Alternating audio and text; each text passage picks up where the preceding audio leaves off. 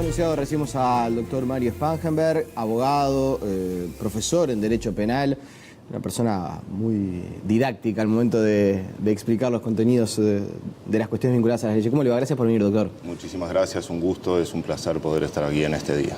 ¿Qué le parece si así como adelanto, como presentación, vamos a hacer a refrescar un trabajo que realizó Marcelo Irachet, que presentamos ayer en Telenoche, con los contenidos básicos del cambio que empieza a regir, o que empezó a regir en realidad, a partir de esta medianoche? Lo repasamos. El proceso penal llegó al Uruguay de la mano de los conquistadores cuando se estableció el Código de Instrucción Criminal. El Código de Proceso fue aprobado luego durante los años de la dictadura. A partir de este miércoles habrá un cambio no solo normativo, sino cultural, al decir de las autoridades. Básicamente, las principales modificaciones pasan por un tema de roles. El fiscal investigará y con la policía como auxiliar eventualmente acusará. El juez tendrá el papel de juzgar. El fiscal, por otra parte, atenderá y protegerá a las víctimas, como, por ejemplo, incluso podría llegar a oponerse al archivo de un caso. Los juicios pasarán a ser orales y públicos, en la medida que las condiciones edilicias y otras excepciones lo impidan. Bueno, ahí estaban las generalidades, la teoría de lo que cambia a partir de hoy. El desafío, si decía aceptarlo, decía algún programa internacional, es explicarnos de esta teoría a lo práctico qué cambia a partir de esta jornada. Lo que van a cambiar son varias cosas. A mí me gustaría hacer una breve explicación, no en relación con las normas jurídicas o lo que disponen las normas, sino encararlo desde el punto de vista de diversos problemas que tenía el proceso penal anterior y que este proceso penal intenta solucionar.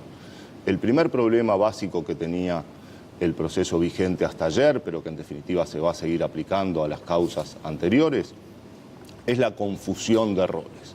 Justo veíamos la placa donde se establece que a partir de hoy miércoles el juez va a juzgar. Algo que parece bastante algo obvio. que parece de perogrullo, pero que en definitiva este nuevo modelo procesal que empezó a regir hoy se asegura de remarcarlo y de poner en su justa medida. Es decir, el fiscal va a desarrollar a cabo la investigación y el juez, como sujeto, como imparcial, con esa imparcialidad objetiva que no tenían hasta ayer, se va a encargar de ser juez, en definitiva, que es lo que faltaba. Un segundo problema, diría yo, que tenía nuestro proceso penal, era el escrituralismo y el secretismo. Estas audiencias que vamos a tener, públicas y orales, de algún modo vienen a conformar una especie de bloque democrático abierto a la ciudadanía de en base a qué argumentos la justicia adopta sus decisiones. Y en consecuencia también se expone a las críticas, pero cosa que no teníamos en la actualidad. Más bien era difícil para la gente entender en base a qué argumentos debatían fiscales y abogados y en base a qué argumentos los jueces adoptaban las decisiones. Un tercer problema es el de la prisión preventiva. Y esta quizás es la piedra en el zapato más importante o una de las más importantes que tenía el sistema anterior. Es una especie de oxímoron conceptual en la medida que poníamos presa a una persona sin saber si era culpable o inocente.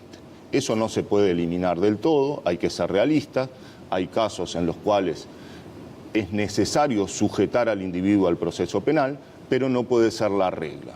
Pero no solo no puede ser la regla, porque así nos obligan a hacerlo las convenciones internacionales en materia de derechos fundamentales, sino porque es la lógica de un individuo procesado con prisión que no tiene una sentencia de condena. Doctor, le voy a pedir, sí, por favor, para hacer un alto en este punto que me parece crucial para muchos de los que nos están mirando, porque a mí se me hace que ahí viene uno de los mayores riesgos que yo, o sea, sin ser un especialista en derecho, ni mucho menos, simplemente un aficionado a leer,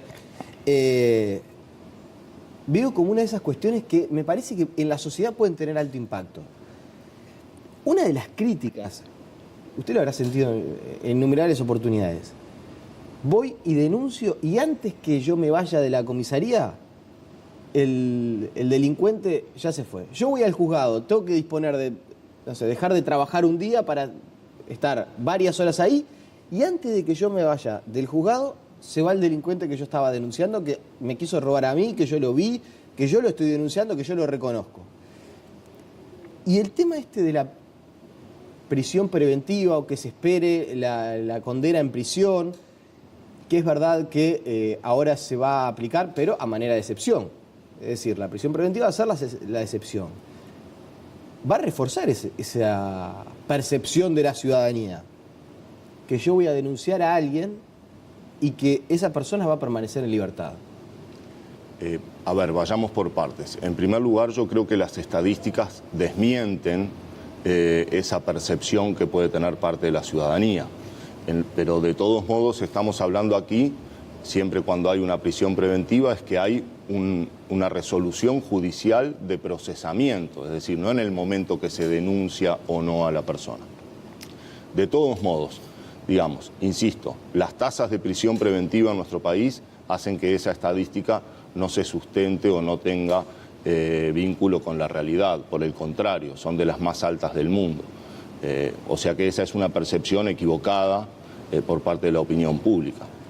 La realidad indica, y esta es una falacia que me gustaría aclarar, que nosotros decimos, bueno, pero si tenemos un delincuente, lo vamos a poner en la calle antes de que tenga una sentencia de condena o no.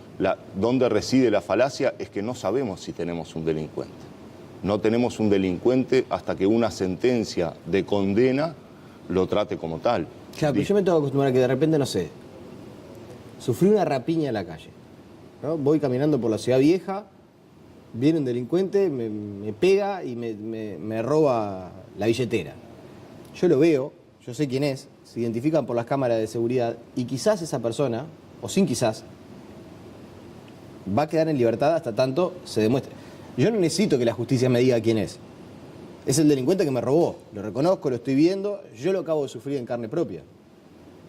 ¿Me explica? Sí, claro. ¿Me explico a lo que voy? O sea, hay casos en los cuales sí, eventualmente puede haber cierto margen de duda.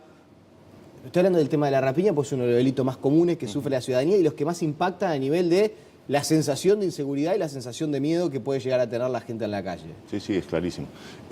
A ver, en los hechos, el nuevo modelo procesal o el nuevo Código del Proceso Penal no prohíbe la prisión preventiva. Lo que sí la convierte en una excepción reglada. Creo que hay en el nuevo sistema diversas hipótesis que permiten al juez adoptar la medida cautelar de la prisión preventiva y que en definitiva yo creo que van a hacer que en la mayoría de los casos que usted está planteando se termine disponiendo la prisión preventiva. Claro, como una cuestión de una especie de transición entre lo que teníamos y lo que plantea el nuevo código. De algún modo, el nuevo código establece ciertas hipótesis que son incluso más amplias o menos restrictivas que aquellas que establece la Corte Interamericana de Derechos Humanos. Bien. Otro de los puntos que usted mencionaba como uno de los problemas, y yo sigo poniéndome en el rol de los miedos que, incluso cuando uno conversa con actores sociales, se plantean. El tema de las audiencias orales y públicas. Es verdad que va a aportar mucha mayor cristalinidad en un montón de causas que de repente generan atención o expectativa por parte de la ciudadanía y que hasta ahora eran reservadas. Había que esperar que se liberaran las actas a nivel de la Suprema Corte de Justicia o del Archivo Judicial para poder leer, o los autos de procesamiento, que es algo que hacemos los periodistas habitualmente. Ahora vamos a poder seguir en tiempo real lo que está sucediendo. Ahora, también es verdad que las víctimas, ¿no?, me roban en la Ciudad Vieja, me voy a tener que enfrentar en un local chiquito, en un espacio muy reducido, con el delincuente, con el que me robó, que va a entrar en un espacio como ese, como el que estamos viendo ahí. Y como es oral y público, eventualmente con la familia del delincuente. En esas sillas que están ahí, de esas grises, va a estar la familia del delincuente y yo voy a estar teniendo que mandar en prisión o testificando en contra de una persona en la cara de él y de quizás su familia, en situaciones que ustedes saben que muchas veces sucede a nivel de los juzgados. ¿No es un peligro esto? Es un elemento a tomar en consideración. Yo creo que el Código establece una serie de disposiciones para dotar de mayor seguridad a los testigos y a las víctimas. Creo que a su vez en la práctica cotidiana las sedes judiciales y la policía, que es la que va a tener que custodiar estas situaciones, deberían implementar las medidas tendientes a esa protección, pero la realidad es que tampoco es una situación muy distinta a la que tenemos en la actualidad, en donde, por ejemplo, en los expedientes judiciales figura el nombre y la dirección de los testigos y de las víctimas. Claro. No está uno en el cara a cara, pero sabe quién lo denuncia. Y sabe dónde vive. Claro. Como abogado, también yo sigo yendo a los lugares comunes de las dudas que me parece que puede generarse la gente. Cuando la Suprema Corte de Justicia y la Asociación de Fiscales ya por anticipado están abriendo el paraguas y pidiendo perdón por los eventuales problemas que se puedan llegar a generar o los inconvenientes o incluso los errores que puedan cometerse en este proceso de transición entre un sistema y otro. Yo hablo de transición porque todos los actores judiciales reconocen que los primeros días va a costar, porque hay cuestiones que fueron aprobadas a último momento, o sea, siempre va a haber temas para definir. ¿No se pierden un poco las garantías, por lo menos en las primeras semanas? Yo soy un convencido de que las garantías las teníamos perdidas en el proceso penal anterior, que este nuevo proceso es de garantías. Creo que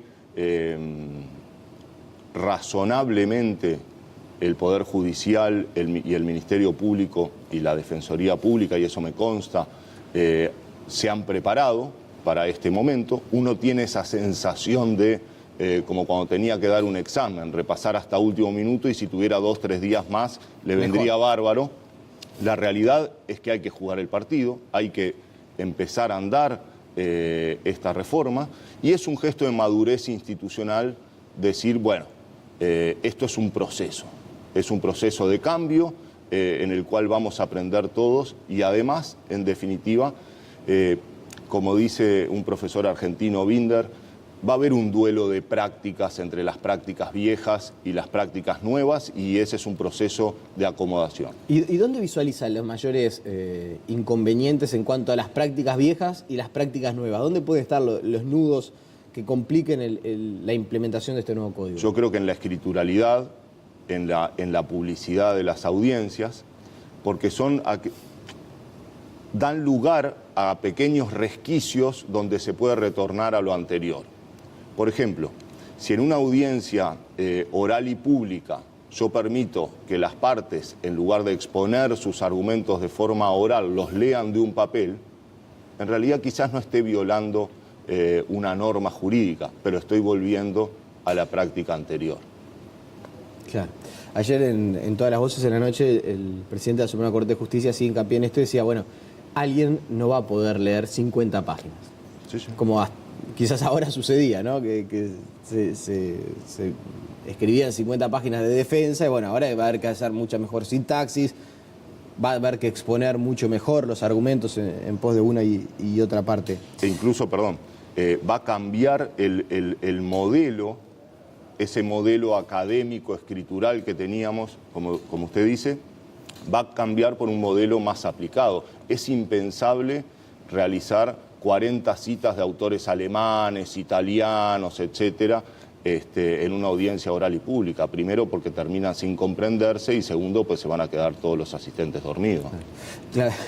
Y como abogado, especialista en Derecho Penal, ya queda claro por su exposición que está a favor de este cambio. Pero no sé, si fuera yo un cliente suyo, me encuentro ahora ante una situación. Pongamos que yo infringí la ley. ¿Qué cambia? ¿Qué cambia al momento de ejercer la defensa? Para que la gente lo visualice. Esto es lo que me interesa de la charla con usted, ¿no? Que la gente pueda entender cuál es el cambio que opera a partir de esta jornada. El primer cambio, hagamos un paralelismo con el fútbol, porque esa confusión de roles de la que hablábamos al principio es fácil de entender si se lo traslada a otro escenario en el cual nos resultaría inadmisible. Suponga que usted es de un equipo y sin embargo el juez que va a arbitrar el cotejo está en el vestuario con los jugadores del otro equipo, los ayuda a preparar la estrategia, los ayuda a conseguir el calzado, la ropa, etcétera, sale a la cancha con ellos, arma la jugada, les hace algún pase en el medio del partido y cae un jugador y el juez ahí tiene que volverse imparcial y ver si cobra penal o no. ¿Usted no desconfiaría? ¿No le parece que ahí hay un tema de imparcialidad objetiva que está comprometido? Bueno, esto que no toleraríamos en un deporte es lo que ha venido ocurriendo en nuestro proceso penal anterior. Afortunadamente, la calidad humana y los valores de los operadores jurídicos, de los jueces, de los funcionarios, de los fiscales, etcétera, hacen que esto no haya sido mucho peor de lo que ha sido. Claro. Y sobre los efectos que esto podría llegar a tener, ¿es de los que entiende que, por esto que usted mencionaba, de la prisión preventiva como excepcionalidad, va a haber menos gente en las cárceles? Va a haber menos gente sin condena en las cárceles. Porque aquí hay dos aspectos. En primer lugar, si bien se restringe la prisión preventiva a márgenes y a estándares internacionales, esto, es decir, no estamos haciendo ninguna innovación en el mundo, más bien nos estamos acomodando a lo que en el mundo está resuelto hace 20, 30, 40 años. Pero, por su parte, también las penas de privación de libertad se van a cumplir, cosa que al día de hoy, salvo en los delitos graves, no ocurre en nuestro país. Y permítame una aclaración. El otro punto absolutamente relevante del nuevo modelo procesal penal, y esto quizás es lo singular de este proceso penal, es el reposicionamiento de la víctima, del rol de la víctima, de las facultades que tiene, víctima que ha sido prácticamente olvidada y destratada por nuestro proceso penal anterior. A ver, me interesa también profundizar en eso. ¿Qué cambia en el rol de víctima? Yo le pregunté primero en el caso de quien infringe la ley. La otra pregunta que venía a continuación era, ¿qué cambia para mí como víctima? Más allá de lo que ya hemos conversado, de la situación a la que me puedo ver expuesto dentro de un juzgado, yo como víctima de un delito, ¿qué cambia para mí? En primer lugar, se le reconoce a la víctima participación en el proceso, es decir, ya no es un ajeno al proceso penal al cual el Estado le expropió el conflicto y lo resuelve a sus espaldas. Es parte esencial. ¿Podría haber tenido más facultades? Sí, todos los profesores de Derecho Penal tenemos un código ideal en nuestra cabeza. A mí me hubiera gustado quizás que tuviera más facultades, pero la realidad es que tiene muchísimas más de las que tenía hasta ayer. Va a formar parte del juicio, puede solicitar medidas de protección, medidas cautelares en relación a los bienes, puede oponerse a un pedido de sobreseimiento de la Fiscalía, a un pedido de no iniciar la acción por parte de la Fiscalía. Puede acordar un acuerdo reparatorio con el delincuente, puede formar parte de un proceso de mediación que habla una vía alternativa a la respuesta penal que la tome en cuenta. Es decir, tarde, pero legítimamente estamos de algún modo poniendo a la víctima en su lugar. El derecho penal se caracterizó siempre por una frase, o en los últimos siglos, de un profesor alemán que decía, es la magna carta del delincuente. Bueno, yo creo que el nuevo esquema procesal penal es a un mismo tiempo, o tiende a ser magna carta del delincuente, es decir, constitución del delincuente, pero también constitución de la víctima y en el fondo constitución de la sociedad. Claro. Ahí tocó un tema que me parecía también revolucionario para lo que sucede habitualmente. Esto, no sé, me rompen el vidrio de un auto, yo le puedo pedir al delincuente, si está comprobado que es él, obviamente, que me repare por esa situación que hasta ahora quedaba en la nada. A uno le rompían el vidrio del auto y que te cure Lola, como se dice habitualmente. Ocurrían dos cosas. O un proceso penal en el cual la sede le decía a usted, yo no puedo resolver que le arreglen el vidrio del auto, que le paguen la moto que le rompieron, que le paguen medicamentos por la lesión que tuvo, etcétera. Eso no me corresponde. A mí lo único que me corresponde juzgar es si en definitiva esta persona es responsable o no de haber cometido un delito. O podía ocurrir otra cosa, que se hiciera ese acuerdo de algún modo, pero sin una estructura normativa que lo amparara. Entonces, vamos a transparentar el sistema de acuerdo a normas jurídicas que habiliten a realizarlo y a un mismo tiempo en definitiva estamos intentando solucionar el conflicto planteado. Los detractores dicen que esto lleva a que, por ejemplo, aquel delincuente o aquella persona que infrinja la ley, que tenga mucho poder económico, va a ser más difícil que haya prisión. Porque siempre va a existir la posibilidad de reparación a la víctima y que la víctima no denuncie. Va a haber un precio para no pagar el delito. Esa es una vieja objeción que hacía Kant, que decía que si un millonario podía ir contra las penas de multa, decía un millonario puede ir difamando a la gente y tirándole monedas en el camino, cosa de salvaguardar su impunidad. La realidad es la siguiente. En primer lugar, hay una cantidad de delitos que no permiten llegar a acuerdos reparatorios. Lo segundo es que los acuerdos reparatorios pueden ser no solo materiales, sino también simbólicos.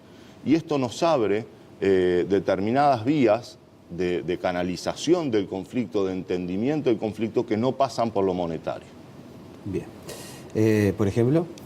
Por ejemplo, explicarle a la víctima por qué fue elegida, por qué fue escogida. El otro día me contaban de una experiencia en sede de adolescentes donde un muchacho que había cometido una infracción penal a un chofer de ómnibus, el acuerdo que terminaron haciendo fue que lo acompañara durante todo un día de trabajo en el ómnibus para que viera lo que le costaba a él juntar la suma que este adolescente se la pretendía llevar en un minuto. Bien, eso como algo simbólico, como algo de enseñanza, vamos a decir. Exacto. Bueno, la última, y lamentablemente se nos fue el tiempo, pero bueno, esperemos que haya sido ilustrativo para toda la teleaudiencia. Ya que menciona el tema de los adolescentes, ¿es verdad que estamos rezagados en cuanto a las garantías ahí sí para los adolescentes por estos desacoples y las normativas que resta por incluso instrumentarse? Es un proceso normativo que termina casi sobre la hora de comenzar a regir. Creo que va a haber que hacer modificaciones que permitan armonizar esta situación, porque el principio debería ser que tratamos a los adolescentes de un modo más benévolo que a los adultos. O sea que hay diferencias y son diferencias que hay que solucionarlas, imagino, en el corto plazo. Sí.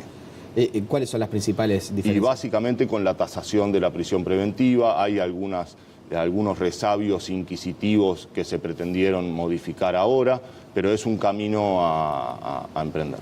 Mario Spangenberg, le agradecemos por su presencia y bueno, ojalá que sea lo mejor para todos y Muchísimas gracias. que lleve la menor cantidad de problemas posible, que es lo que todos queremos. Espero Agradecemos no. su presencia esta mañana.